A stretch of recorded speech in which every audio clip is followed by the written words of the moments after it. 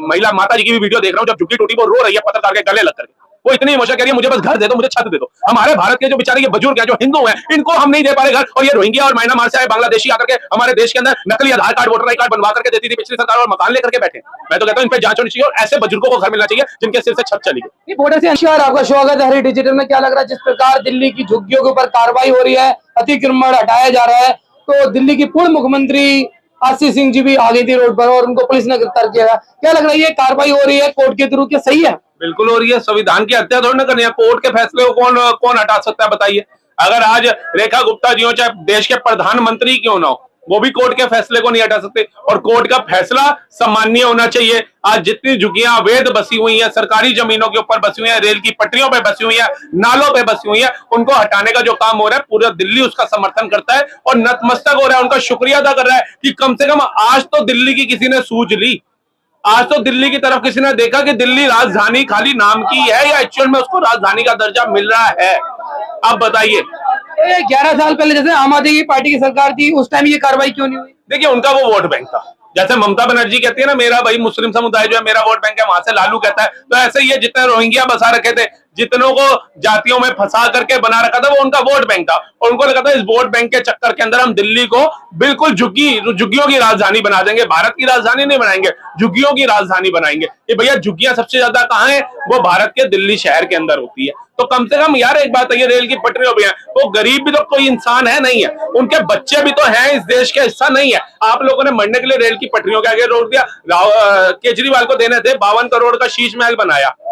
52 करोड़ के कितने घर बन के तैयार हो सकते थे आपको पता है? कितने घर बन सकते थे?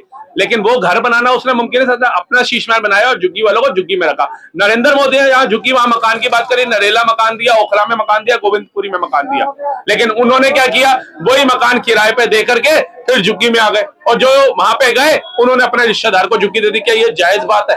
ये इंसानियत की बात है? क्या लग रहा है जिस प्रकार पटला हाउस को भी तोड़ने की कार्रवाई चल रही है, वहाँ के अमतुल्ला खां कोर्ट में जा रहे हैं, क्या लग रहा है ये सही है?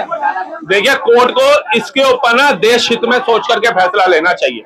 ठीक है जी। आप देखिए ओखला के अंदर बाट्रा हाउस जो है वहां का है, आप जाकर के वहां पत्रकारिता करिए, 10 में से 9 लोग ऐसे आएंगे जो कहेंगे हम बांग्लादेश से आए हुए हैं। मुंह पे बोलते हैं हम कहां से आए, नमाज पढ़ रहे, वो भाषा भी नहीं बोल पा रहे यहाँ की। अभी मैं कहीं उस पर देख चुका, तो इनका क्या राइट है यहाँ पे रहने का? और एक बात बताइए, मैं एक बूढ़ी महिला माता जी की भी वीडियो देख रहा हूँ, जब झुग्गी टूटी वो रो रही है पत्रकार के गले लग करके। वो इतनी इमोशनल कह रही है, मुझे बस घर दे दो, मुझे छत दे दो। हमारे भारत के जो बेचारे ये बुजुर्ग हैं, जो हिंदू हैं, इनको हम नहीं दे पा रहे घर, और ये रोहिंग्या और म्यांमार से आए बांग्लादेशी आकर के हमारे देश के अंदर नकली आधार कार्ड, वोटर आई कार्ड बनवा करके देती थी पिछली सरकार, और मकान लेकर के बैठे।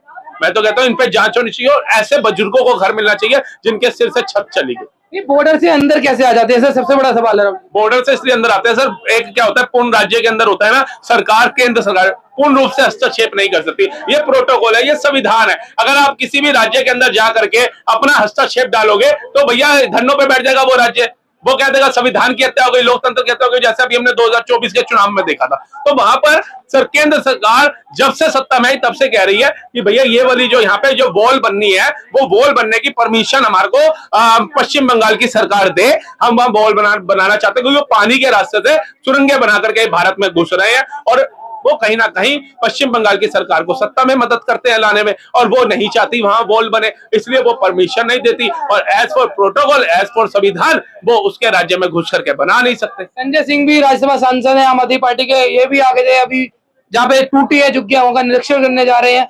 क्या लग रहा है ये जब कोर्ट का फैसला है तो फिर ये लोग क्या राजनीति करने आ रहे हैं, क्या है? बिल्कुल। आज संविधान की हत्या कौन कर रहा है? आज कोर्ट की अवहेलना कौन कर रहा है? आप बताइए, कोई है पूरे इस भारत के अंदर जो कोई पार्टी सड़क पे निकले बोले संविधान की हत्या आम आदमी पार्टी कर रही है, सड़कों पे उतर के कोर्ट के ऑर्डर पे कोर्ट का ऑर्डर जो आया उसके ऊपर उसका विरोध कर रही है, कह रही है कोर्ट ने जो बोल दिया बाहर में गए, आप झुग्गियां हटाओ। और ये क्या कोर्ट ने क्या कल ही सुनवाई हुई और परसों इसका ऑर्डर दे दिया? ये एक टाइम से चल रहा था। ये आसपास की जो सोसाइटियां होती है ना, वो आरडब्ल्यूएस होती हैं, वो कंप्लेंट डालती है कि भैया ये डीडीए की जगह थी, ये क्या झुग्गियां का बता रहे। और झुग्गियां वो साहब जिसके अंदर डबल डोर के फ्रिज हैं, एलईडी लगे हुए हैं, एसी लगे हुए हैं, स्प्लिट, ये काहे के गरीब है भाई साहब बताइए? ये तो उन गरीबों का हक खा रहे हैं जो बेचारे फुटपाथ पे सो रहे हैं। आपको पता है ये